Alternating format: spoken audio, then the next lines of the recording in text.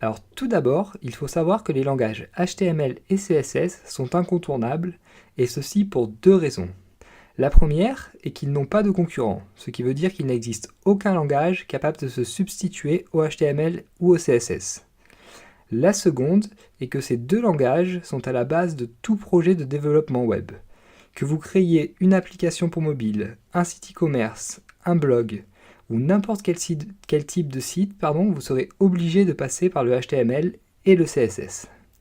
Alors cela étant, vous pouvez très bien penser que vous n'aurez jamais besoin de comprendre ou de savoir coder en HTML ou en CSS, étant donné que vous pouvez utiliser soit des solutions toutes faites, soit des éditeurs, donc WYSIG, What You See is What You Get, ou encore faire appel à des agents spécialisés. Alors cependant, vous devez savoir d'une part que les éditeurs WYSIWYG ne créeront jamais un code propre et totalement valide. Ensuite, connaître et comprendre les langages HTML et CSS, c'est avant tout pouvoir dialoguer avec les développeurs avec lesquels vous travaillez ou vous allez travailler.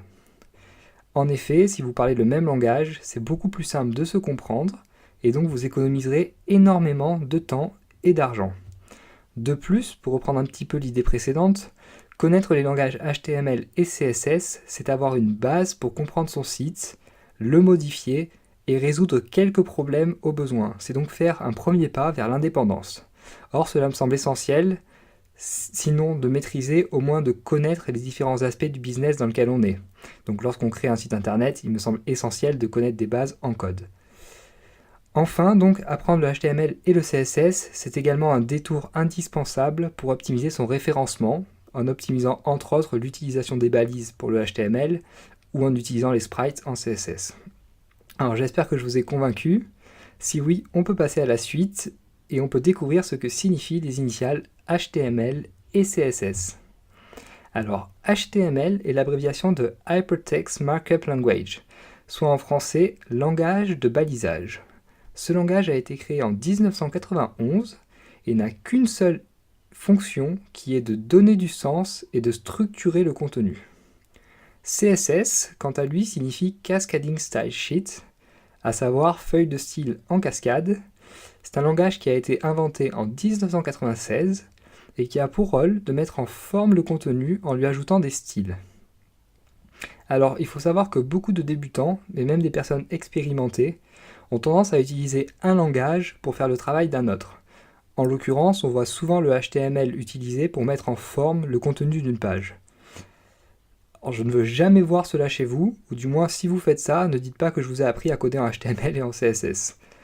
Retenez bien que le HTML n'est là que pour donner du sens et pour structurer le contenu, c'est-à-dire pour signifier au moteur de recherche comme Google que tel texte est un paragraphe, tel texte est un titre, qu'ici se trouve un lien, ou que tel texte est plus important qu'un autre. Quant au CSS, donc c'est lui et lui seul qui doit servir à mettre en forme le contenu, à savoir changer la couleur d'un texte, son opacité, sa taille, rajouter des bordures ou souligner par exemple. Donc j'espère que ceci est bien clair pour vous, retenez bien les fonctions de chaque langage, c'est très très important. Alors les versions HTML et CSS. Alors, au niveau des versions, les versions actuelles du HTML et du CSS sont HTML5 et CSS3. Alors ce sont deux versions qui sont non finalisées, ce qui veut dire qu'elles sont encore en développement et en théorie toujours sujettes à changement et à bugs. Cependant, donc, ces dernières sont déjà totalement stables, on peut considérer qu'elles sont totalement stables et très largement utilisées, et c'est sur celles-ci que nous allons travailler donc. De plus, donc, ces nouvelles versions introduisent des nouvelles fonctionnalités véritablement extraordinaires et très attendues par les développeurs, comme l'insertion simple de vidéos avec le HTML5 par exemple, ou la possibilité de créer des bordures arrondies avec le CSS3. Alors avant d'aller plus loin, j'aimerais dire un petit mot quand même sur le XHTML, même si cela ne rentre pas totalement dans le cadre du cours. Alors le XHTML signifie Extensible HTML, donc c'est un langage qui a été créé en 2000 pour succéder au HTML, et il représente en fait une version plus codifiée et un petit peu plus difficile à utiliser du HTML, qui puise sa source dans le langage XML. Donc il faut savoir que le XHTML a été abandonné en 2009 au profit du développement du HTML5 et a été intégré plus ou moins dans cette nouvelle version d'HTML. Donc c'est à peu près tout. Alors, il faut savoir que le XHTML peut toujours être utile pour faire certaines tâches bien précises. Je n'en dirai pas plus sur le XHTML car encore une fois ça ne rentre pas totalement dans le cadre de ce cours. Mais si vous êtes curieux, n'hésitez pas à aller vous renseigner sur d'autres sites. Vous n'aurez aucun mal à trouver davantage d'informations. Il y a énormément de sites qui parlent de ce langage. Donc n'hésitez pas à aller vous renseigner sur ce langage si cela vous intéresse. Et donc on en a fini avec la première petite partie donc, de théorie. Et on va maintenant passer à la pratique. Et pour pratiquer, il faut les bons outils. Alors pour coder en HTML et en CSS, c'est très simple. On ne va avoir besoin que d'un éditeur de texte. Alors des éditeurs de texte, il y en a des milliers, beaucoup de gratuits, certains payants, et beaucoup d'entre eux possèdent les mêmes fonctionnalités. Donc le choix peut paraître difficile a priori. Alors cependant, je vais vous donner quelques recommandations. La première de mes recommandations déjà est de choisir un éditeur de texte gratuit, car cela suffira très amplement pour ce que l'on va faire ensemble, et même pour la suite. Ensuite, donc personnellement, moi j'utilise Komodo, car je le trouve très intuitif, bien fait, et que les fonctionnalités proposées me conviennent bien. Donc Komodo a en plus l'avantage d'être disponible pour Mac, pour Windows et pour Linux, et existe en deux versions, donc une gratuite, une payante. Alors si vous choisissez Komodo, je vous conseille de prendre la version gratuite qui est très largement suffisante. Sinon, à part Komodo, donc je peux vous recommander si vous avez Windows, Notepad++, qui est un autre excellent éditeur de texte, qui est certainement l'éditeur de texte le plus connu d'ailleurs. Si vous avez un Mac, Text Wrangler est très bien fait aussi, je trouve. Et enfin, si vous êtes sous Linux, gedit peut être un très bon choix. Donc je vous recommande toutefois d'en essayer plusieurs, ça ne coûte rien, et de choisir celui avec lequel vous êtes le plus à l'aise, car encore une fois, les fonctionnalités des différents éditeurs sont très proches les unes des autres. Donc une dernière recommandation à propos de l'éditeur de texte, une fois que vous l'avez téléchargé et installé et choisi, commencez par changer la couleur de fond. En théorie, lorsque vous ouvrez une nouvelle page dans votre éditeur de texte, elle devrait être blanche. Les éditeurs de texte utilisent le blanc par défaut. Or, vous allez très vite vous rendre compte que le blanc fatigue très vite les yeux et le cerveau lorsque l'on code. Donc je vous conseille de changer le fond de votre éditeur de texte en gris ou en noir, comme vous voulez. Alors pour faire cela, si vous avez un Mac comme moi, il suffit de cliquer sur le nom de l'éditeur dans l'onglet en haut à gauche de votre écran, puis aller dans l'onglet Préférences, puis vous devriez avoir normalement un onglet relatif aux couleurs. Si vous êtes sous Windows et Linux, je ne peux pas vous aider, donc je vais vous laisser chercher, mais ça ne devrait pas être très compliqué. Donc dès que vous avez téléchargé, choisi, installé votre éditeur de texte et que vous avez fait les modifications nécessaires, on va enfin pouvoir passer à la suite et commencer à étudier véritablement les fondations en HTML. Alors il y a 3 termes en HTML dont vous devez absolument comprendre le sens. Ce sont les termes éléments, balises et attributs. Les éléments, tout d'abord, vont servir à définir des objets dans notre page web. L'élément P, par exemple, va servir à définir un paragraphe, tandis que les éléments H1, H2 jusqu'à H6 vont servir à définir des titres d'importance diverses. L'élément A, lui, va servir à définir un lien. Donc les éléments sont eux-mêmes constitués de balises. Dans la plupart des cas, les éléments sont constitués d'une paire de balises avec une balise ouvrante, comme vous pouvez le voir ici avec l'exemple pour l'élément P, et une balise fermante, qui est donc identique à la balise ouvrante, avec seulement un slash précédant le nom de l'élément. Donc, toutefois, certains éléments ne sont constitués que d'une balise, qu'on appelle alors balise orpheline. C'est par exemple le cas de l'élément BR, comme vous pouvez le voir ici. Donc BR signifie break et sert à notifier un retour à la ligne. Alors notez que dans le cas d'une balise orpheline, le slash est placé après le nom de l'élément. Donc certains développeurs omettent le slash pour les balises orphelines car il n'est pas véritablement obligatoire. Cependant, sachez que cela est considéré comme une mauvaise pratique et je vous déconseille donc de faire cela pour garder le code le plus propre et irréprochable possible. Les attributs, enfin, donc, correspondent à des propriétés utilisées pour donner des indications supplémentaires aux éléments, comme par exemple pour indiquer la cible d'un lien, c'est-à-dire le site vers lequel le lien doit mener. Les attributs se placent toujours dans la balise ouvrante des éléments. Alors tout cela doit vous paraître assez théorique pour le moment, ne vous inquiétez pas, avec un peu de pratique ce sera tout de suite beaucoup plus clair. Commençons déjà par regarder l'exemple ci-dessous qui devrait déjà beaucoup clarifier les choses je pense. Donc ici, on voit bien que l'élément A est constitué d'une balise ouvrante, d'une encre textuelle, donc qui est le texte qui sera cliquable, et d'une balise fermante. Donc la balise ouvrante possède elle-même un attribut, l'attribut href en l'occurrence, qui permet d'indiquer le site vers lequel le lien doit mener. Alors retenez bien cette syntaxe, ce sera toujours la même, donc attribut égale guillemets valeur, et donc guillemets fermant. Donc voilà donc pour les notions d'éléments, de balises et d'attributs. Alors encore une fois, ne vous inquiétez pas si ce n'est pas totalement clair pour vous, ça viendra très vite avec la pratique. Pour le moment, contentez-vous juste de bien retenir le rôle et la place de chaque chose, donc des éléments, des balises et des attributs. Alors, la structure d'une page en HTML5, la structure minimale d'une page en HTML5. Donc toute page écrite en HTML5 va commencer par la déclaration de ce qu'on appelle un doctype. Le doctype, comme son nom l'indique, va indiquer le type de document. Ici, en l'occurrence, le type de document est HTML. On écrira donc doctype HTML. Alors retenez bien qu'il faut mettre un point d'exclamation au début de cet élément qui est un peu particulier.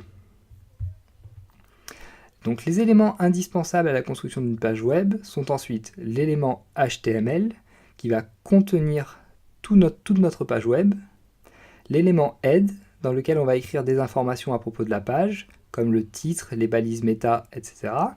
et l'élément body dans lequel on va placer tout le contenu HTML de notre page. Alors à savoir que les éléments head et body vont être à l'intérieur de l'élément HTML.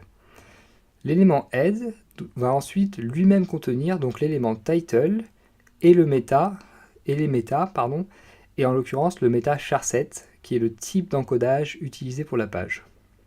Alors voyons tout de suite ce que cela donne en pratique. Alors je ne vais pas utiliser mon éditeur, à savoir Komodo, mais à la place je vais utiliser un site qui s'appelle JSBean et qui possède l'avantage d'une part d'avoir une partie éditeur de texte justement, et d'autre part d'afficher le résultat en direct comme sur un moteur de recherche. C'est donc beaucoup plus facile pour moi de vous montrer en direct le résultat donc, de mes actions. Alors, vous concernant, donc je ne peux que vous conseiller d'utiliser votre éditeur de texte afin de vous familiariser avec lui. Si vous choisissez cette option, donc il vous faudra juste créer un document, puis l'enregistrer au format HTML, donc avec une extension .html. Ensuite, pour visualiser votre document dans votre navigateur, vous n'aurez qu'à double-cliquer dessus et celui-ci s'ouvrira automatiquement dans votre navigateur par défaut. Pensez bien donc à enregistrer dans votre éditeur les changements que vous faites dans vos pages HTML à chaque fois et à rafraîchir la page dans votre navigateur, sinon vous ne pourrez pas voir évidemment les changements effectués. Et ne rigolez pas car ça nous est tous arrivé, et moi le premier, donc de passer des minutes et des minutes à se demander ce qui ne fonctionne pas, alors qu'en fait nous avions juste oublié d'enregistrer la page ou d'actualiser cette page dans notre navigateur. Donc allons-y avec l'écriture de la structure minimale de notre page en HTML. Et on va donc commencer par écrire le doctype. Ensuite, donc, on écrit l'élément HTML. Alors on pense bien à refermer les balises ouvertes à chaque fois. Donc je vous conseille de refermer les balises immédiatement après les avoir ouvertes. Ça évite beaucoup d'erreurs. Alors si vous avez un bon éditeur de texte, normalement celui-ci devrait refermer les balises automatiquement. Je sais que c'est le cas de Komodo entre autres. Alors ensuite, donc dans l'élément HTML, on place nos deux éléments head et body, l'un en dessous de l'autre. Puis dans l'élément head, on place donc l'élément title avec le titre de notre page. Donc ici par exemple, on peut écrire ma première page en HTML pour faire dans l'originalité. Et ensuite, donc en dessous, on écrit le méta charset, donc méta charset.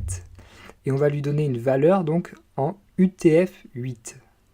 Alors UTF-8 qui est l'encodage utilisé en gros pour toutes les langues latines. Voilà, donc vous venez de créer votre première page en HTML. Donc on peut commencer déjà par ajouter un petit paragraphe dans notre body pour donner un peu de contenu à cette page. Donc pour cela, on ouvre une balise P qu'on referme immédiatement. Et à l'intérieur, on écrit par exemple « Ceci est mon premier paragraphe ». Voilà donc pour cette première page en HTML. Alors, comme il n'est jamais trop tôt pour apprendre les bonnes manières, on va tout de suite voir quelques règles et quelques bonnes pratiques.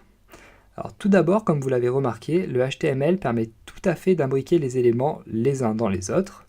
Ici, par exemple, nous avons un élément title à l'intérieur de l'élément head, qui est lui-même à l'intérieur de l'élément HTML. Alors la seule chose à laquelle vous devez faire attention est de bien refermer les balises dans le bon ordre. Alors le bon ordre, lequel est-il? C'est A, B, B, A. Donc en gros, l'élément HTML en premier ici, ensuite l'élément head, et donc on referme l'élément head avant de refermer l'élément HTML. Et jamais donc AB, AB. Alors normalement, si vous refermez bien chaque balise juste après en avoir ouverte une, vous ne devriez jamais avoir de problème. Seconde bonne pratique, donc l'indentation. Alors indenter son code, c'est tout simplement ajouter des espaces au début de ligne afin de le rendre plus lisible. Et donc il n'y a pas vraiment de règles concernant l'indentation, toutefois, en général, on ajoute un espace à chaque fois que l'on ouvre une balise à l'intérieur d'un élément. Donc on voit que c'est ce que j'ai fait ici avec la balise ouvrante title par exemple. Je l'ai également fait pour la balise ouvrante head et pour la balise ouvrante body.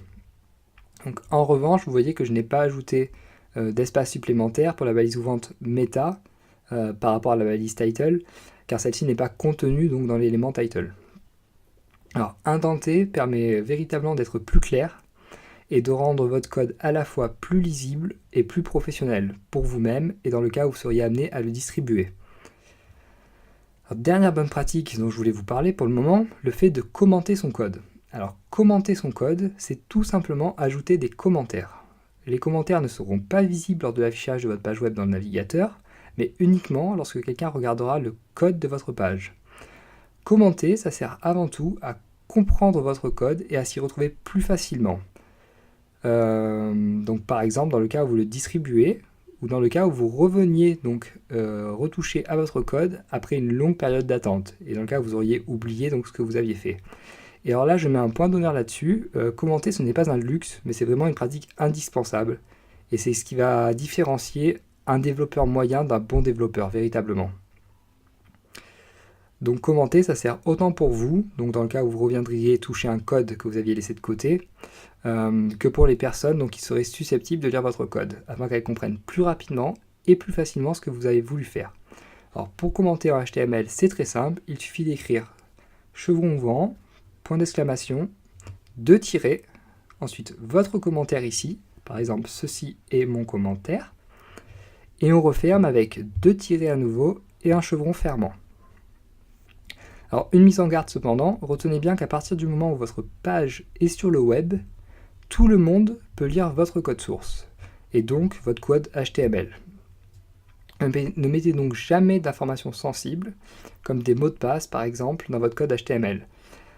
Si vous ne me croyez pas, on peut faire la démonstration donc immédiatement avec un petit site inconnu qui se nomme Wikipédia. Alors, il me suffit donc d'aller sur le site Wikipédia, la page d'accueil. Donc je clique, admettons, sur français pour arriver donc sur la page d'accueil en français. À partir de là, donc je fais un clic droit. Je clique sur afficher le code source de la page. Et vous voyez que j'ai accès donc à tout le code HTML de la page en question. Donc vous voyez bien toutes les balises et tout le code HTML. Alors retenez bien que tout le monde donc peut lire votre code HTML sur votre site. Donc faites donc juste attention aux informations que vous laissez donc en commentaire notamment et dans votre code HTML. Évitez les informations sensibles comme je vous l'ai dit. Et donc reprenons donc notre page HTML là où on l'avait laissée et il est maintenant temps d'apprendre de nouveaux éléments donc pour étoffer notre connaissance du HTML. Alors on va donc commencer avec les éléments les plus utilisés et les plus simples à utiliser, les éléments P, les éléments de type H, donc H1, H2 jusqu'à H6, et l'élément BR, que nous avons déjà tous aperçu. Donc l'élément P, nous l'avons déjà dit, sert à définir des paragraphes. Alors vous pouvez créer autant de paragraphes que vous le voulez dans votre page HTML, et à chaque nouveau paragraphe, un retour à la ligne est automatiquement effectué. Alors nous verrons plus tard pourquoi. Pour le moment, retenez juste que vous pouvez créer autant de paragraphes que vous voulez, qu'il y a un retour à la ligne à chaque nouveau paragraphe. Donc l'élément BR, lui, sert à faire un retour à la ligne. On l'utilise donc en général à l'intérieur d'un élément P. Enfin, donc les éléments H1, H2, H3, H4, H5 et H6 servent tous à définir des titres du plus important pour H1 au moins important pour H6. Pour le moment, donc, retenez que vous n'avez le droit de n'utiliser qu'un seul titre H1 par page HTML. Nous verrons par la suite que ce n'est pas totalement vrai, mais pour le moment, retenez cela afin que ce soit le plus clair pour vous, pour simplifier les choses pour le moment. En revanche, vous pouvez utiliser autant de titres H2, H3, H4, H5 et H6 que vous le souhaitez dans votre page HTML, du moment que cela reste cohérent, évidemment. N'oubliez pas que les éléments en HTML servent à donner une valeur sémantique au contenu. Et en pratique, d'ailleurs, on n'utilisera que très rarement les titres de niveau 4, 5 et 6. Alors, donc commençons par écrire déjà quelques titres et quelques paragraphes afin de voir le résultat dans le navigateur. Alors par exemple H1, donc ceci est mon premier titre. Et donc mettons juste un retour à la ligne dans notre paragraphe, hop, par exemple au milieu ici. Voilà, très bien. Alors comme vous l'avez remarqué, les titres apparaissent en gras et ont des tailles différentes de celles des paragraphes dans votre navigateur. Donc là, si on veut écrire un titre H2 et H3, donc juste pour l'exemple, donc H2, ceci est notre titre, et H3, ceci est un titre de niveau 3. Voilà. Donc vous voyez que les titres ont chacun une taille différente et ont des tailles différentes de notre paragraphe. Alors c'est là où j'en reviens à mon premier point. Vous ne devez jamais utiliser des éléments HTML pour mettre en forme le contenu. Et d'ailleurs, je pense que vous avez compris maintenant pourquoi beaucoup de débutants font l'erreur, car c'est vrai que c'est tentant. Alors donc j'entends par là que vous ne devez jamais utiliser d'éléments H1 si vous voulez mettre le texte en grand et en gras. La taille et le poids du texte donc ne sont que le résultat d'interprétation et de la mise en forme automatique en fait que fait votre navigateur de vos balises. Pour mettre un texte en grand ou en gras, on utilisera les propriétés du langage CSS. Donc rappelez-vous le CSS seulement pour changer la mise en forme du contenu. On pourra également utiliser donc le CSS pour retirer cette même mise en gras et pour redonner une taille normale à nos titres si on le souhaite. Ça, c'est pas un problème. Alors, continuons dans la découverte de nos éléments HTML avec maintenant 3 nouveaux éléments, les éléments strong, EM et mark. Alors l'élément strong, tout d'abord, va être utilisé pour indiquer au moteur de recherche qu'un contenu est particulièrement important. L'élément strong, tout d'abord, va être utilisé pour indiquer au moteur de recherche qu'un contenu est particulièrement important, afin que celui-ci soit donc traité avec plus d'importance. L'élément EM, ensuite, donc pour EM pour emphasis ou emphase, est en fait assez proche de l'élément strong, car il sert lui aussi à indiquer qu'un contenu est important, mais moins important tout de même qu'un contenu qui sera placé entre les balises strong. Alors si vous vous demandez l'intérêt de ces éléments, il est avant tout dans l'optimisation du référencement de votre site.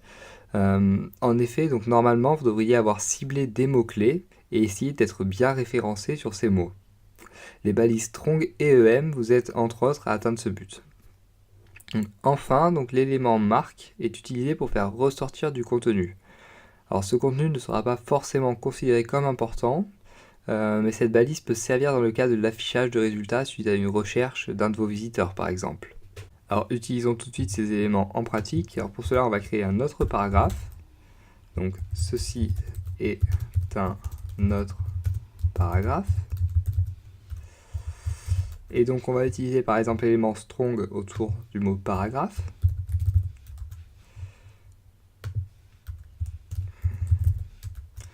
Donc vous voyez que la mise en forme réalisée par le navigateur, c'est une mise en gras du mot. Alors n'oubliez pas encore une fois qu'on utilise le CSS pour mettre en forme et pas le HTML. Alors maintenant on peut mettre par exemple le verbe être entre les balises EM par exemple. Donc EM, EM. Alors là vous voyez cette fois-ci donc que la mise en forme automatique donc c'est une mise en italique. Et enfin donc si on utilise l'élément donc mark autour de autre par exemple.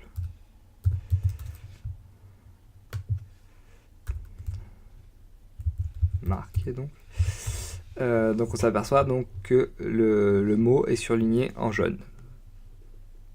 Voilà, donc c'est tout donc pour ces 6 éléments de base, donc les éléments de type H, l'élément P, l'élément BR, et les éléments strong, EM et mark.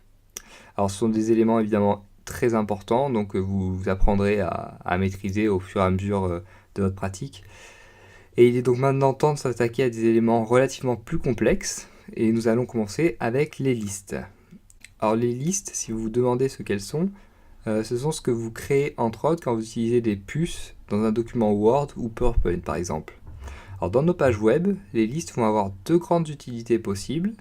La première, c'est qu'on peut les utiliser pour créer des menus. Et la seconde, c'est qu'on peut les utiliser dans leur forme brute afin de mieux présenter les articles d'un blog par exemple. Donc il existe trois grands types de listes. Les listes ordonnées, les listes non ordonnées, et un type un peu différent, les listes de définition. Alors nous allons commencer avec les listes ordonnées et non ordonnées. Alors pour créer une liste non ordonnée, on va avoir besoin de deux éléments différents.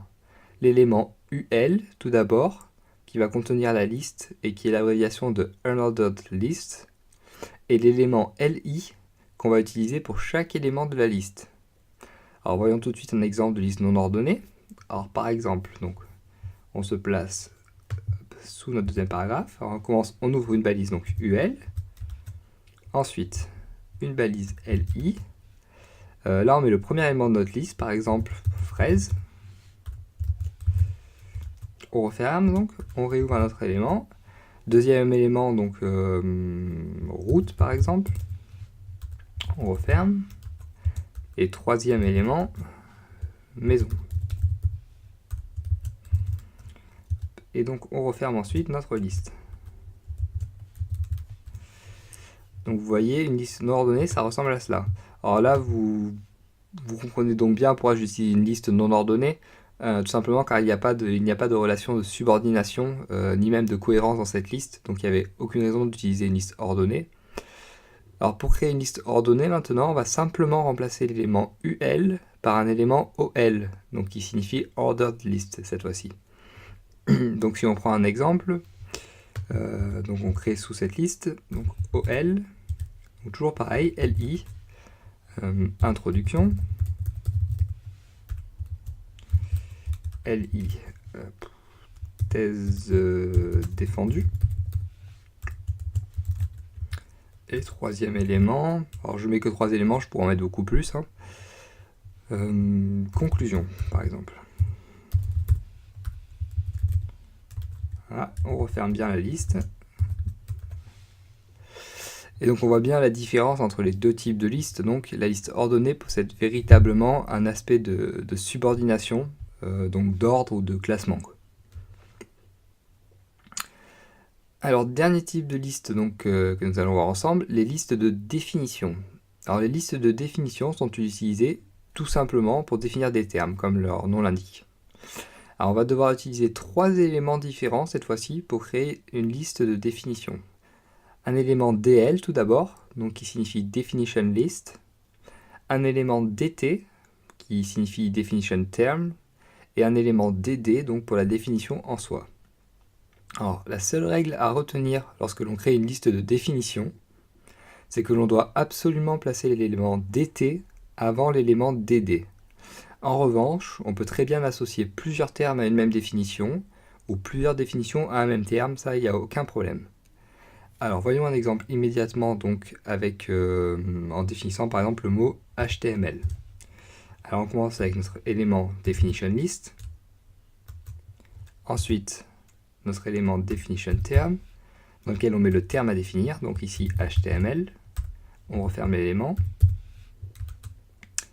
et donc ensuite, pardon, on ouvre une balise DD, et par exemple HTML et l'abréviation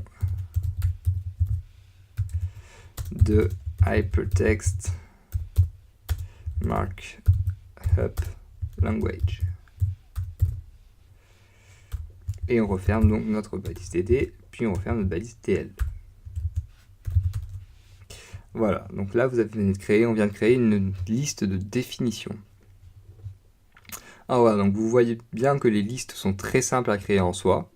Alors n'hésitez pas à vous entraîner et à les utiliser par la suite car celles-ci ne contiennent vraiment que des avantages. Alors une dernière chose sur les listes dont je voulais vous parler, la possibilité d'imbriquer des listes les unes dans les autres. Donc pour faire cela, vous allez voir c'est également très simple, il suffit de commencer une première liste, puis d'en ouvrir une seconde avant de fermer un élément de cette première liste. Alors par exemple, donc on peut commencer, imaginons avec une liste ordonnée, donc OL, alors on va reprendre une liste à 3 termes, hein, comme on a l'habitude. Par exemple, natation, vélo et course à pied. Ça fera un bon clin d'œil aux triathlètes. Voilà, donc on referme cette première liste. Et donc dans celle-ci, on va créer une liste non ordonnée. Alors on pourrait très bien créer une liste ordonnée dans une liste ordonnée, il n'y a pas de problème. On va donc créer ça au niveau de natation par exemple. Donc on se place ici, donc avant de fermer l'élément. Et là on crée une nouvelle liste, donc une liste UL. C'est là où je vous conseille vraiment de commencer à fermer donc, les balises une fois ouvertes, sinon vous allez vous perdre. UL et donc LI. Alors pour nager il nous faut quoi? Un maillot, pas comme mayonnaise, un bonnet et des lunettes par exemple.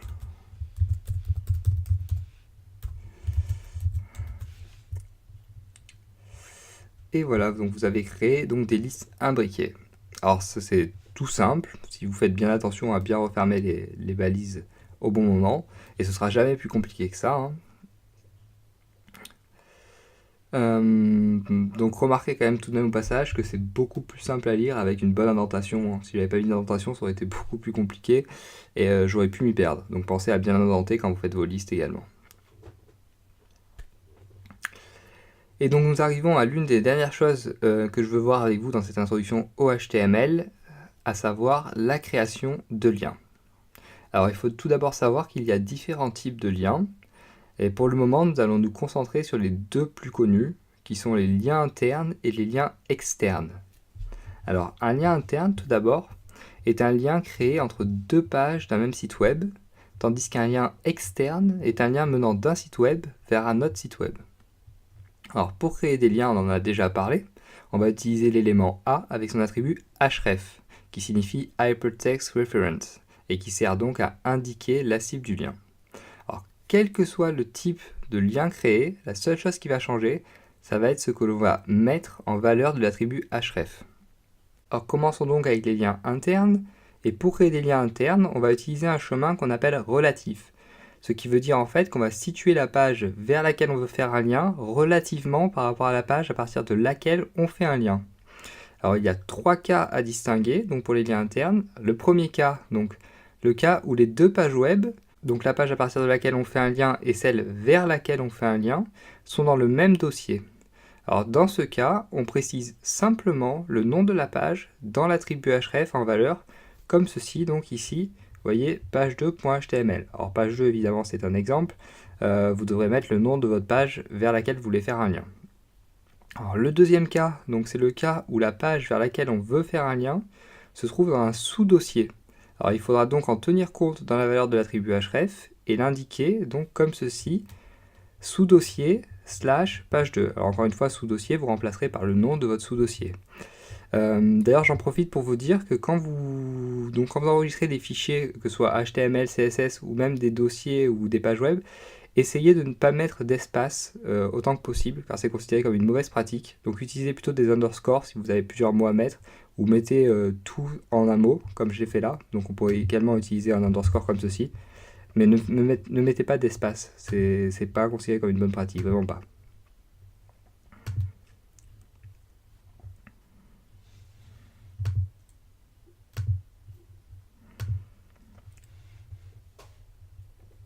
Et donc le troisième et dernier cas, donc le cas où la page vers laquelle on veut faire un lien se trouve dans un dossier parent. Alors dans ce cas, on devra rajouter, comme je l'ai écrit ici, 2 points et un slash.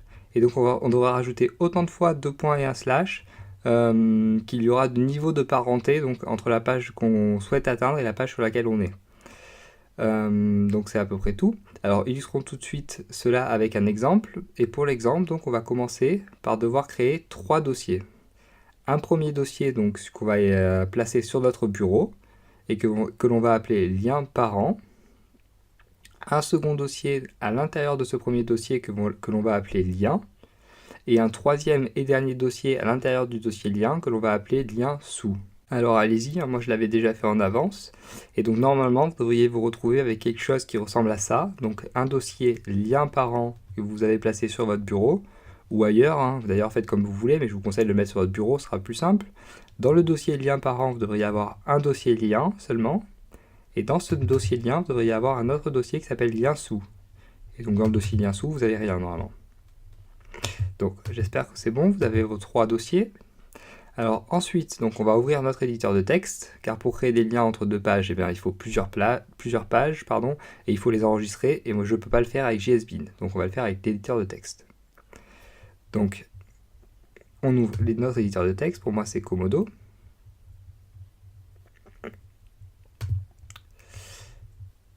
Et donc on va commencer par créer une première page. Et donc on va tout de suite commencer par enregistrer notre page au format HTML. Donc on va l'appeler page1.html et on va la mettre dans notre dossier lien. Donc on sauvegarde, très bien. Alors on écrit la structure minimale d'un fichier HTML, vous devriez commencer à avoir l'habitude. Donc doctype HTML. Ensuite, l'élément HTML. À l'intérieur, donc l'élément head, dans lequel on met le titre. Alors on va la nommer ma page 1 par exemple. Sous le titre, donc le meta charset qu'on définit comme d'habitude en UTF-8. On n'oublie pas donc le slash après, à la fin. Ensuite, donc sous l'élément head, un élément body.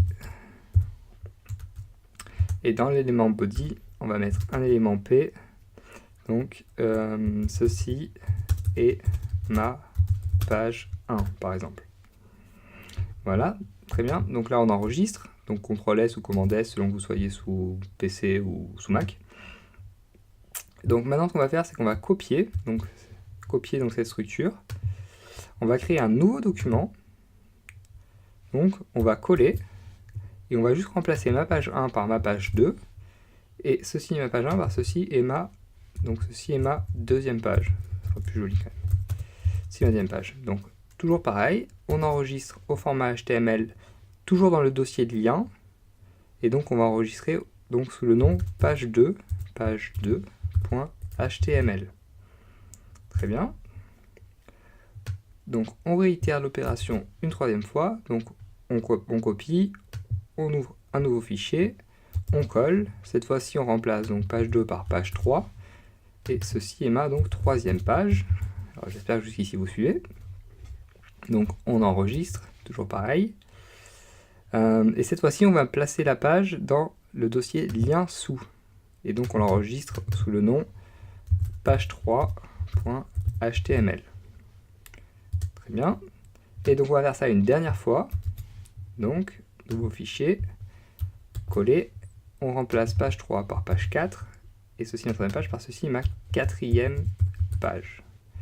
Voilà, donc on enregistre, et cette fois-ci on enregistre dans le dossier lien parent.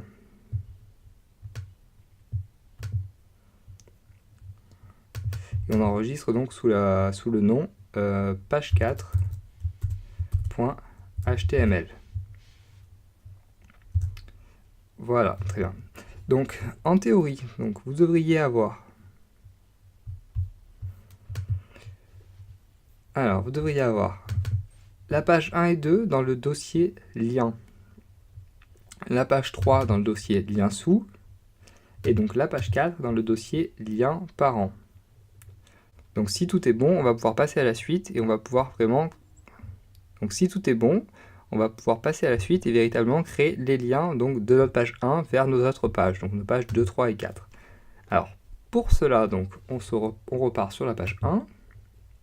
Donc, On crée un nouveau paragraphe. Ce paragraphe contient un lien vers la page 2, par exemple. Et donc on va créer notre encre autour de page 2. Donc pour cela, on se met juste avant le page. Donc A, href, que là on connaît, égale. Donc vu que notre page 2 est dans le même dossier que notre page 1, on n'a qu'à indiquer donc l'adresse de la page 2. Donc c'est page2.html, tout simplement. On referme. Et donc on met bien le page 2 entre les balises A. Hop. On enregistre. On crée un autre paragraphe. Maintenant, pour faire un lien vers la page 3, donc ce paragraphe amène vers la page 3. Alors cette fois-ci, la page 3 est dans un sous-dossier, donc il faut en tenir compte. Alors ahref égale, donc notre sous-dossier s'appelle lien underscore sous slash page 3.html. On referme les guillemets, on referme et on met le texte page 3 entre les balises A. Très bien. Et donc un dernier paragraphe donc pour faire un lien vers la page 4. Ce paragraphe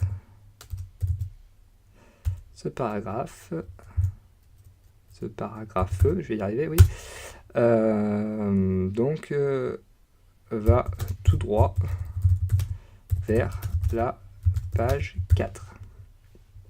Et donc la page 4 cette fois-ci est dans un dossier parent, donc égal 2.1 slash page 4.html. Hop, on referme et on met bien page 4 au milieu. Donc on enregistre maintenant. Et donc on va ouvrir notre page 1. Donc qui se trouve dans notre dossier de lien. Donc on double-clique dessus. La page s'ouvre donc normalement dans votre navigateur. Alors ne faites pas attention à ça, hein, c'est juste que donc mon format d'encodage ne va pas bien supporter les accents avec Safari. C'est pas grave. Et donc là vous êtes sur votre page 1. Donc vous voyez bien qu'on a nos 3 paragraphes avec nos liens. Et donc on va voir s'ils marchent tout simplement. Donc on clique dessus sur page 2. On voit qu'on arrive bien sur la page 2. Donc celui-là marche, parfait. La page 3. On est bien également sur la page 3. Et la page 4, on arrive également sur la page 4. Donc tout marche parfaitement bien. Alors voilà donc tout simplement pour les liens internes. Donc pour les liens externes maintenant, alors ça va être plus simple. Donc en fait il suffit d'écrire l'URL du site donc vers laquelle on veut faire un lien en valeur de l'attribut href. Alors par exemple, si je veux faire un lien donc vers Wikipédia, j'aurais qu'à écrire donc dans un paragraphe visiter le site Wikipédia par exemple. Donc on va mettre le lien autour de Wikipédia, donc href égale donc http je crois qu'il y a 3w .wikipedia et je crois que c'est .org. On referme donc, hop, on dit X, commande V, on enregistre bien notre page, on retourne sur notre page 1, on rafraîchit la page, et donc lorsqu'on clique, est-ce qu'on arrive bien sur Wikipédia? Oui, on arrive bien sur Wikipédia, donc ça marche parfaitement bien. Alors maintenant, si vous voulez faire en sorte que votre lien s'ouvre dans une nouvelle fenêtre, car là vous avez remarqué donc qu'on perd la fenêtre actuelle, donc les visiteurs sortiront de votre site s'ils cliquent sur un lien, donc c'est pas forcément ce que vous voulez. Donc si on veut faire en sorte que votre lien s'ouvre dans une nouvelle fenêtre ou dans un nouvel onglet, donc on devra rajouter l'attribut target à l'élément A et lui ajouter la valeur blank. Alors voyons tout de suite comment faire cela. Donc on se passe donc, dans la balise ouvrante A, hop, donc derrière l'attribut href, on écrit un attribut target égale underscore blank, tout simplement. Donc on enregistre et lorsqu'on retourne sur notre page, on rafraîchit la page et lorsqu'on clique dessus, vous voyez donc que le lien cette fois-ci s'ouvre dans un nouvel onglet. Donc c'est exactement ce qu'on voulait. Alors en revanche, vous ne pouvez pas choisir si le lien s'ouvrira dans un nouvel onglet ou dans une nouvelle fenêtre, car ce choix est généralement laissé au navigateur ou au visiteur. Mais bon, vous pouvez être sûr en tout cas que votre lien s'ouvrira dans un nouvel onglet ou dans une nouvelle fenêtre, ce qui est déjà pas mal. Alors ensuite, donc, là on a parlé des liens internes et des liens externes. Il faut savoir qu'il existe d'autres types de liens, donc en dehors de ces deux types de liens. Et j'aimerais donc vous parler de 3 d'entre eux. Les liens de type encre tout d'abord, les liens pour envoyer un mail et les liens pour télécharger un fichier. Alors commençons avec les liens de type encre. Ce sont des liens menant à un autre endroit en fait de la même page web. Alors cela peut être utile dans le cas par exemple d'une page web qui serait très longue et si vous voulez que vos visiteurs aient accès à une section en particulier rapidement, par exemple, comme par exemple sur le site Wikipédia. Donc si je vais sur, c'est un très bon exemple Wikipédia. Donc si je cherche donc un article, donc par exemple HTML, voilà, donc vous voyez que là vous avez un sommaire. Et donc ça, ce sont des liens de type encre. Alors que vous cliquez dessus, par exemple, si je clique sur description de HTML, j'arrive directement à description de HTML. Donc c'est ce qu'on va apprendre à faire tout de suite. Alors tout d'abord, donc pour tester les liens de type encre, il va nous falloir rajouter quelques lignes de texte dans notre page HTML. Donc il faut que la page soit assez longue. Alors je vous conseille tout simplement de prendre cet article, qui est très bien, par exemple. Hop, on va prendre tout ça. Alors n'en faites pas pour la mise en forme, hein, c'est pas bien grave pour le moment. Voilà, donc on copie, hop, on va coller tout ça dans un nouveau paragraphe. Alors c'est pas très propre, hein, mais bon, c'est pour l'exemple. Voilà, donc là on a beaucoup de texte, vous le voyez. Très bien. Donc si on enregistre et qu'on voit ce que ça donne sur notre navigateur, ça doit être suffisant, je pense. Voilà, très bien. Donc évidemment, donc la mise en forme est très très sale, mais bon, c'est pas grave, comme, encore une fois, c'est pour l'exemple. Alors donc pour créer une encre maintenant, donc on va commencer déjà par ajouter un attribut ID en fait à une balise ouvrante HTML, donc à l'endroit où l'on veut envoyer le visiteur. Alors par exemple, si on veut envoyer le visiteur à 1997 par exemple, alors déjà il nous faut une balise. Donc là pour l'exemple on va mettre une balise H2 par exemple. Donc c'est pas... Normalement, il ne faut pas trop utiliser les balises pour faire ce genre de choses, mais bon, c'est pas bien grave pour le moment, c'est pour l'exemple. Donc H2, donc ID. ID, donc égal, il faut lui donner une valeur. Donc la valeur, on va lui donner. Quelle valeur on va lui donner? On va lui donner par exemple encre 97. Donc, très bien. Et alors ensuite, donc ce qu'il faut faire, maintenant il faut vraiment créer le lien en soi. Donc pour cela, donc on va toujours utiliser notre élément A avec son attribut href, donc on réinvente pas la roue à chaque fois, hein. Mais cette fois-ci, donc on va placer un dièse avant d'écrire la valeur de l'attribut href. Donc, par exemple, on peut écrire donc ici dans ce paragraphe-là, donc pour aller à 1997 immédiatement,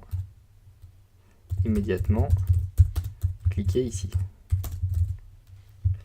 Et donc autour de cliquer ici, on va créer notre A, href, égale donc, ouvrez les guillemets, alors dièse, alors le nom qu'on a donné donc c'était encre 97, et on referme les guillemets tout simplement, on referme la balise, et on met bien le cliquer ici, entre les balises A, on enregistre, donc vous avez bien compris ce qu'on a fait, hein. Tout d'abord on a créé donc l'encre en soi, donc H2ID avec le nom de notre encre, et ensuite on a créé le lien, donc avec le dièse, donc qui veut bien dire que c'est une encre, autour donc des mots cliqués ici.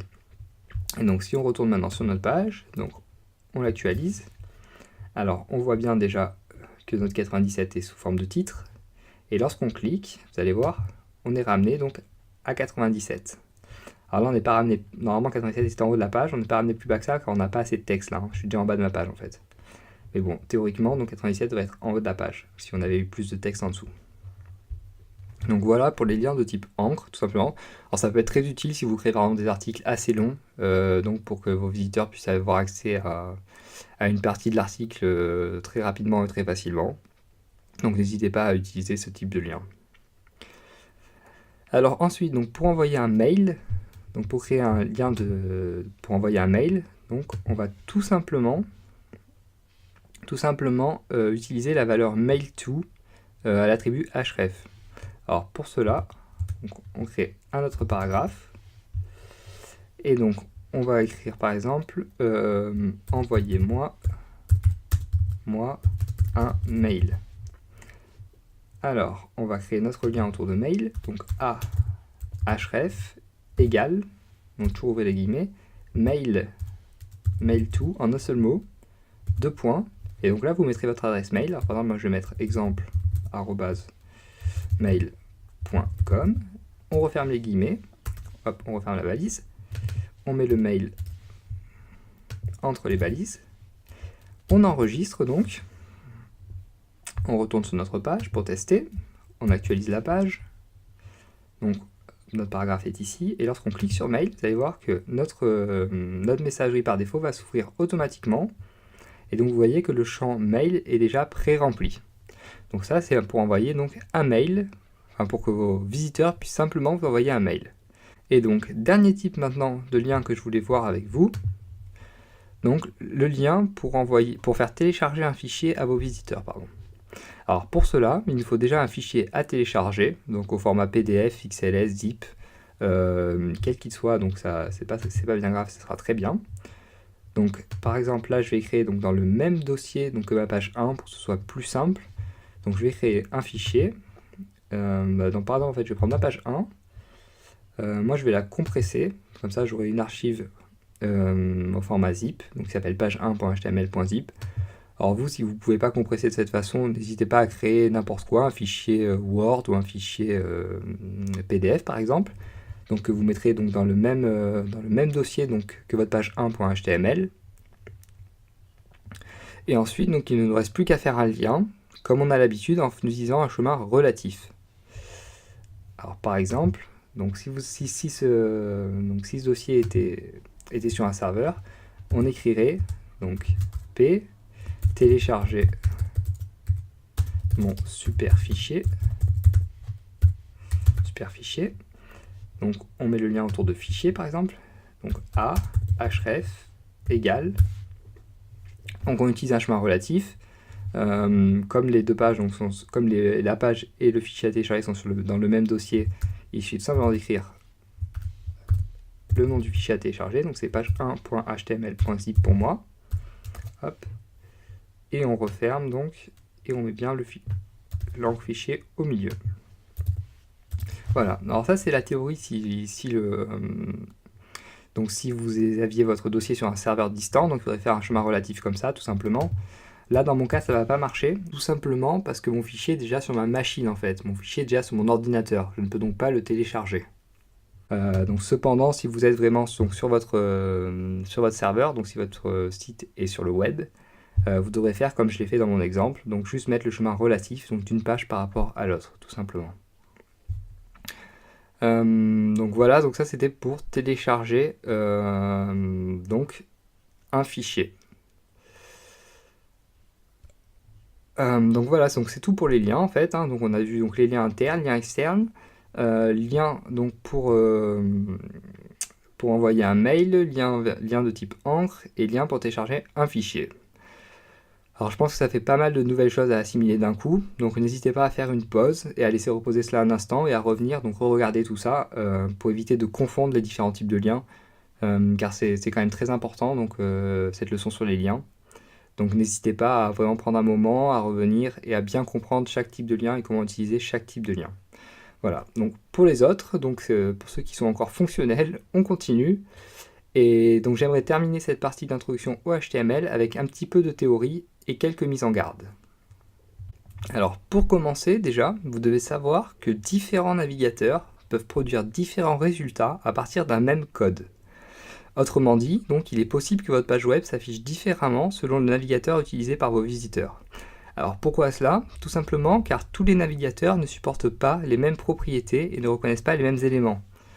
Alors vous avez de la chance aujourd'hui en fait, donc les dernières versions de quasiment tous les navigateurs sont standardisées et reconnaissent et traitent donc un même code de la même façon dans à peu près 95% des cas.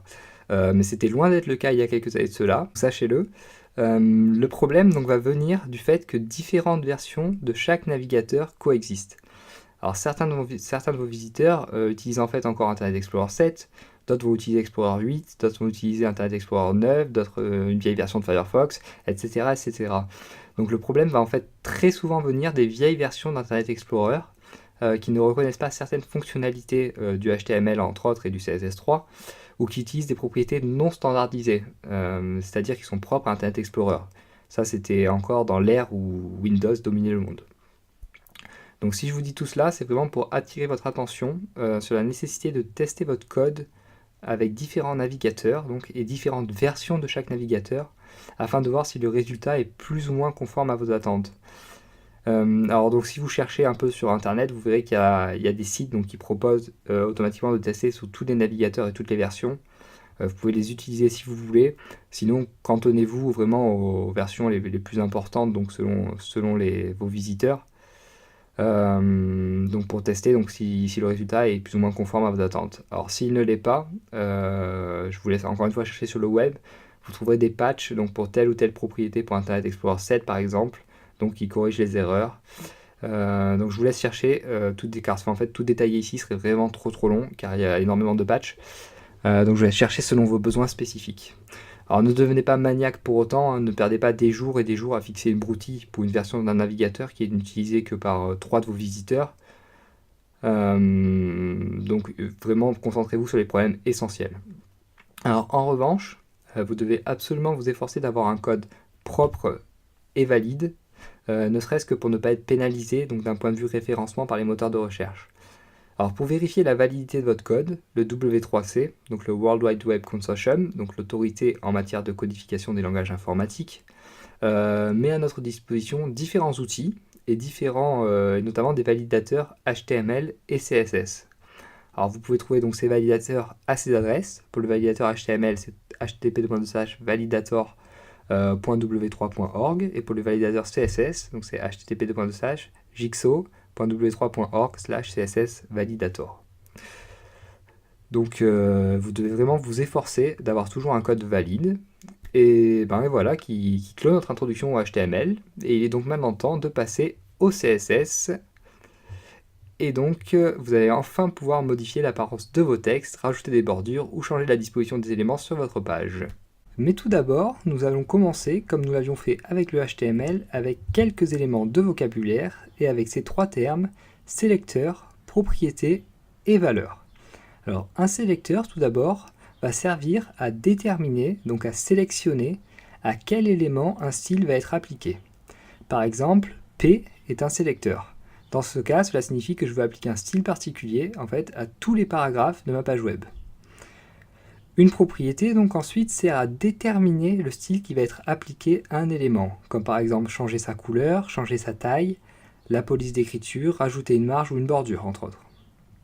Une valeur, enfin, va déterminer le comportement d'une propriété. Pour la propriété color, par exemple, qui va servir à changer la couleur du texte, la valeur peut être blue, donc bleu, red, rouge ou green, vert par exemple. Alors d'un point de vue pratique, comment cela se présente? On va voir ça tout de suite avec un exemple. Donc ici, j'utilise le sélecteur P pour signifier que je vais appliquer un style à tous les paragraphes de ma page. Les propriétés sont color, pour changer la couleur, et font size pour changer la taille du texte. Donc en fait, je dis que je veux changer de la couleur et la taille de mes paragraphes.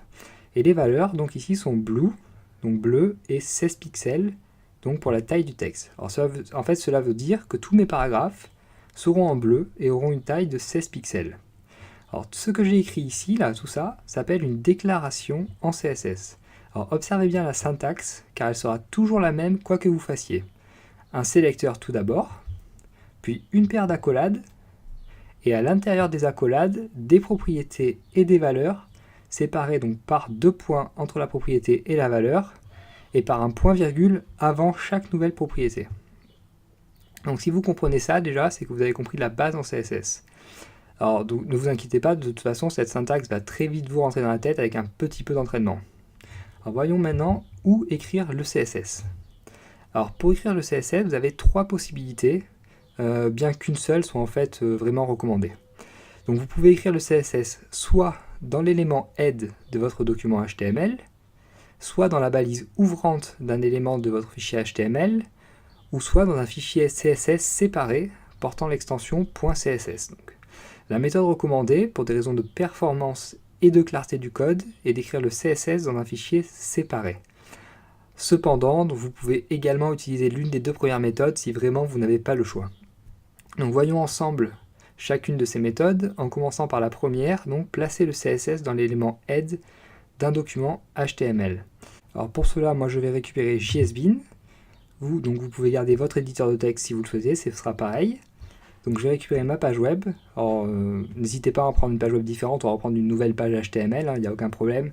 Le tout est que vous écriviez donc la structure minimale d'une page avec un ou deux paragraphes. Et donc je vais me placer dans l'élément head donc, de ma page HTML, donc qui est ici. Et je vais écrire donc deux balises style, donc une balise ouvrante, style, que je vais refermer immédiatement. Et à l'intérieur, donc, je vais écrire ma déclaration en CSS comme on l'a vu précédemment. Par exemple, si je veux changer la couleur des paragraphes, j'écrirai P, donc accolade, color, blue si je veux mettre les paragraphes en bleu, et point virgule. Et donc vous voyez ici que tous les paragraphes, tous les éléments de type P sont maintenant en bleu. Alors deuxième méthode maintenant, donc dans la balise ouvrante d'un élément HTML. Donc je supprime ça, et je vais me placer dans la balise ouvrante d'un élément HTML. Par exemple, donc dans la balise ouvrante de mon titre H1.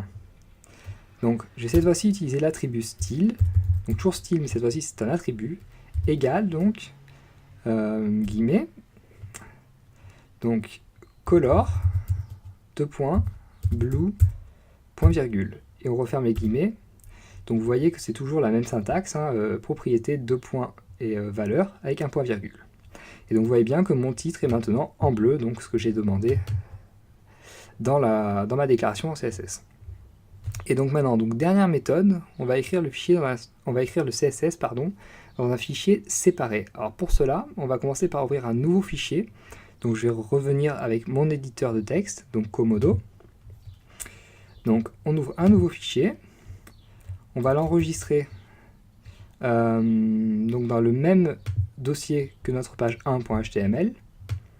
Je vais l'enregistrer sous le nom style.css. Je vous invite à faire la même chose.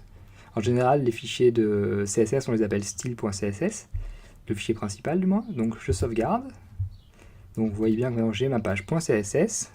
Et donc maintenant, nous allons devoir lier notre fichier HTML avec notre fichier CSS, afin que les styles donc, soient bien appliqués à la page HTML en question. Alors pour cela, donc on se retourne sur notre page 1.html, donc si on veut changer le style de la page 1.html, et donc on va rajouter une ligne de code dans l'élément head, donc on se place dans l'élément head, et on va rajouter donc link rel égale, alors là vous mettez le style du fichier, donc ici c'est style sheet, donc link rel égale style sheet, et ensuite on utilise l'attribut href pour savoir à quel fichier on fait référence. Donc dans notre cas c'est style.css. Alors là vous avez reconnu un chemin relatif, donc j'ai mis que style.css car nos deux fichiers sont dans le même dossier. Si mon style.css avait été dans un sous-dossier, on aurait dû le mentionner donc dans la valeur d'attribut href. Et donc maintenant un slash, car c'est une balise orpheline, et on referme la balise. On enregistre, et donc maintenant nos deux fichiers sont liés entre eux. Et donc on n'a plus qu'à retourner sur notre page style.css et à écrire donc nos déclarations comme on l'a vu au début, par exemple P, donc accolade, color par exemple, red pour changer un peu. On enregistre donc. Ensuite, on ouvre notre page HTML donc, et on voit que tous les paragraphes, tous les éléments de type paragraphe sont maintenant bien en rouge. Donc vous voyez que les trois méthodes reviennent au même, mais encore une fois, donc la méthode qui est à privilégier, c'est la méthode dans une feuille de style séparée.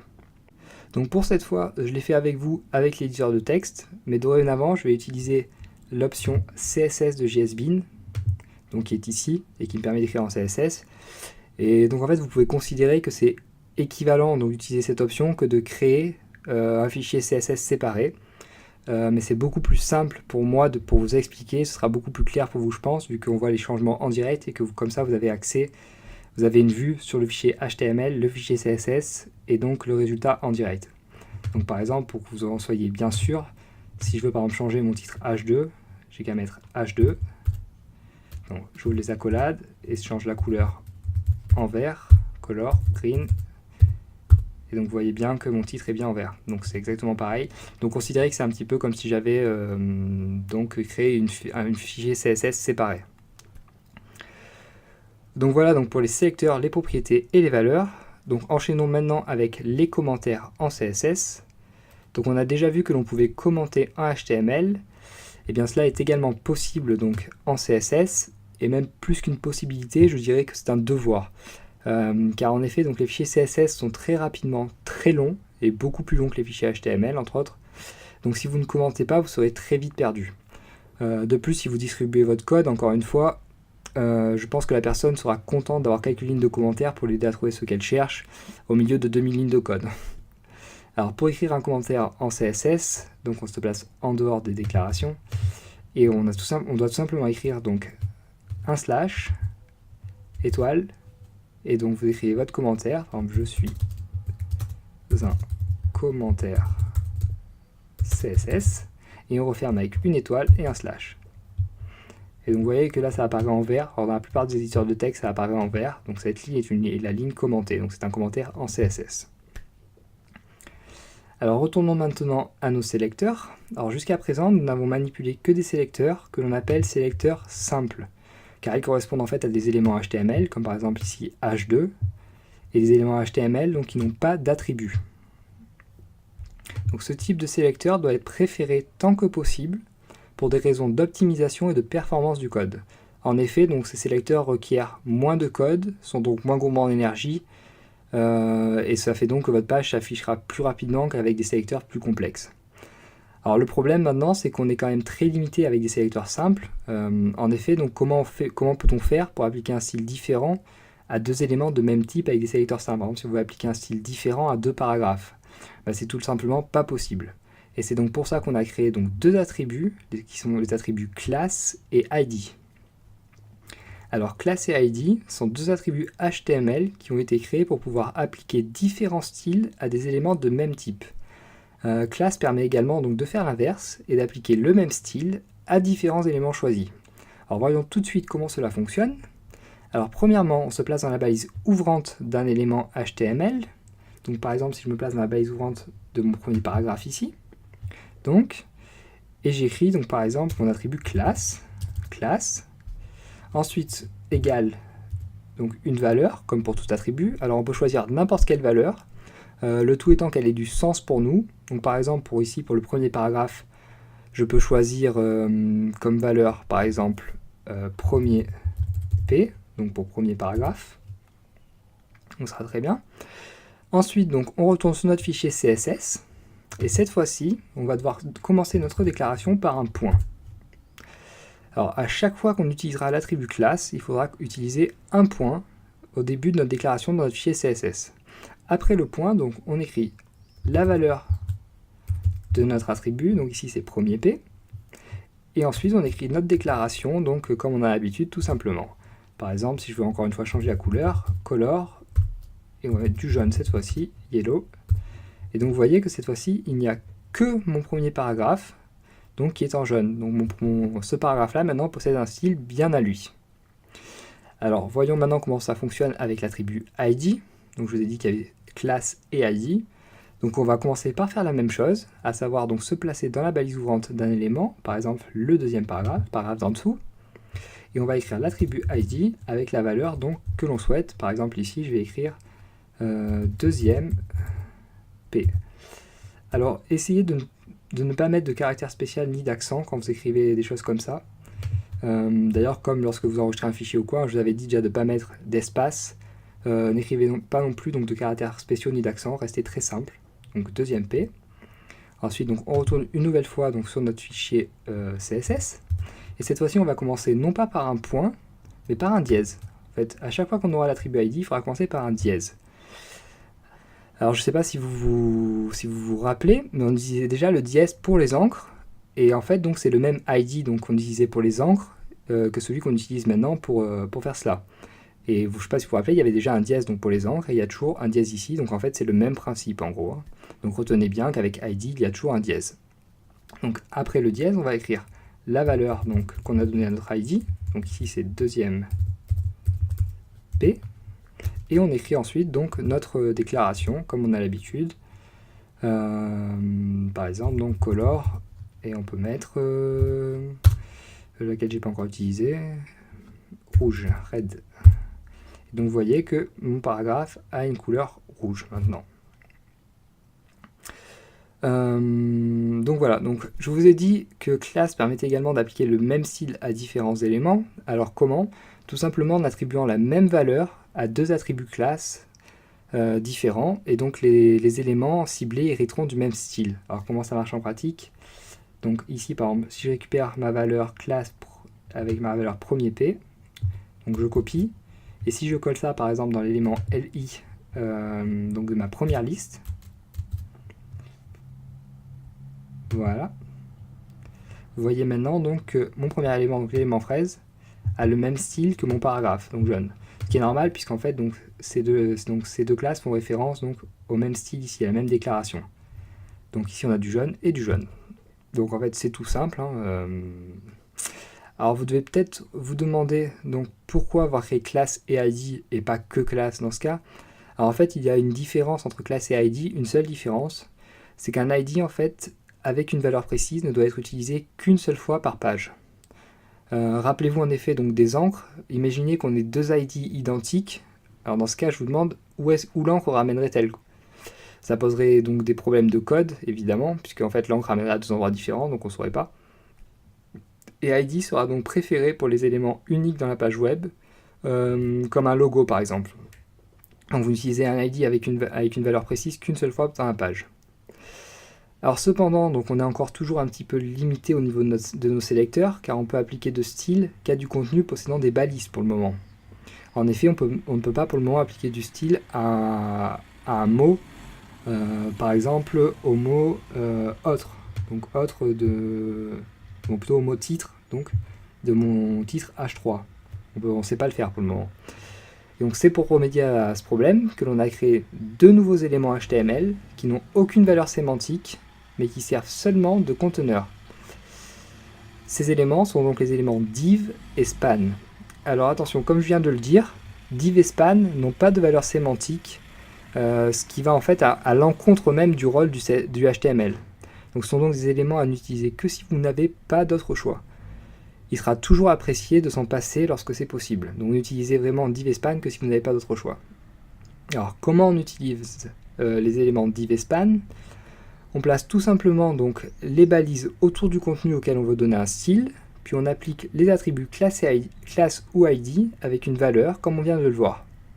Alors par exemple, si on le fait autour de titre, par exemple, je vais utiliser l'attribut donc span, l'élément span, span classe par exemple, égale mot titre, en valeur on va mettre, donc mot titre, ça fait beaucoup de T, hop, voilà. Donc on n'oublie pas les guillemets des deux côtés, sinon ça peut pas marcher.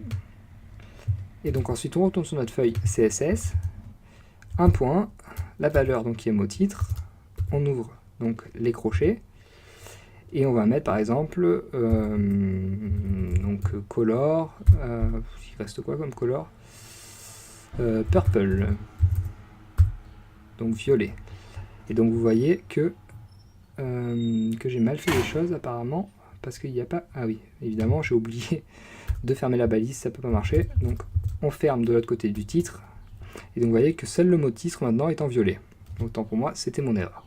Alors, comme vous vous en doutez, il y a également une différence donc, entre les éléments, les deux éléments span et div. En effet, donc, l'un est de type bloc et l'autre de type inline. Et on va voir tout de suite ce que cela signifie. En HTML, tout élément est soit un élément de type bloc, soit un élément de type inline. En l'occurrence, ici, div est un élément de type bloc, tandis que span est un élément de type inline. Alors, quelles sont les différences entre les éléments de type bloc et les éléments de type inline? Alors, les éléments de type bloc commencent tous sur une nouvelle ligne, c'est-à-dire qu'il y a un retour à la ligne d'effectuer à chaque fois qu'on utilise un élément de type bloc. Les éléments de type bloc occupent toute la largeur disponible et peuvent être imbriqués les uns dans les autres et peuvent également contenir des éléments de type inline. Maintenant, les éléments de type inline ne commencent pas sur une nouvelle ligne, mais s'insèrent donc dans la ligne actuelle occupent seulement la largeur nécessaire et peuvent contenir d'autres éléments de type inline, mais ne peuvent pas contenir des éléments de type bloc. Alors voyons tout de suite quelques exemples d'éléments de type inline ou bloc afin que ce soit plus clair pour vous. Donc par exemple, l'élément P est un élément de type bloc. On a déjà dit qu'à chaque fois qu'on utilisait un élément P, on avait un retour à la ligne. Les éléments EM, strong et mark sont des éléments de type inline. On a bien vu que lorsqu'on utilisait les balises EM, strong ou mark à l'intérieur d'un élément P, il n'y avait pas de retour à la ligne. Les éléments H1, H2, H3 sont des éléments de type bloc. Ensuite, donc, on a les éléments header, article et footer qu'on n'a pas encore vu mais qui sont des éléments structurels du HTML5 et qu'on va voir donc dans la suite du cours qui sont des éléments de type bloc. OL, UL et DL, donc les éléments de type list, sont également des éléments de type bloc. L'élément table aussi, donc l'élément tableau, et les éléments A donc pour le lien et IMG pour image sont des éléments de type inline. Donc je vous donne ces quelques éléments en tant qu'exemple, sachant que c'est les éléments les plus utilisés. Si vous êtes curieux, n'hésitez pas à vous renseigner, à voir les autres éléments, mais de toute façon, on va les apprendre au fur et à mesure dans la suite du cours. Alors, la distinction entre éléments de type bloc et inline doit peut-être vous paraître un petit peu floue pour le moment. C'est tout à fait normal, je pense, à votre niveau, mais faites l'effort donc de retenir les différences entre ces types d'éléments, car cela va être tout à fait crucial en fait dans la suite pour mettre en forme des pages web et notamment pour arranger la disposition des différents éléments.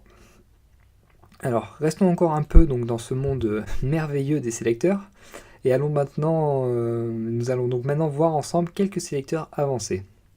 Alors, les sélecteurs avancés sont véritablement, on peut dire, ce qui fait la force du CSS, car en effet, on va pouvoir cibler des contenus très précisément.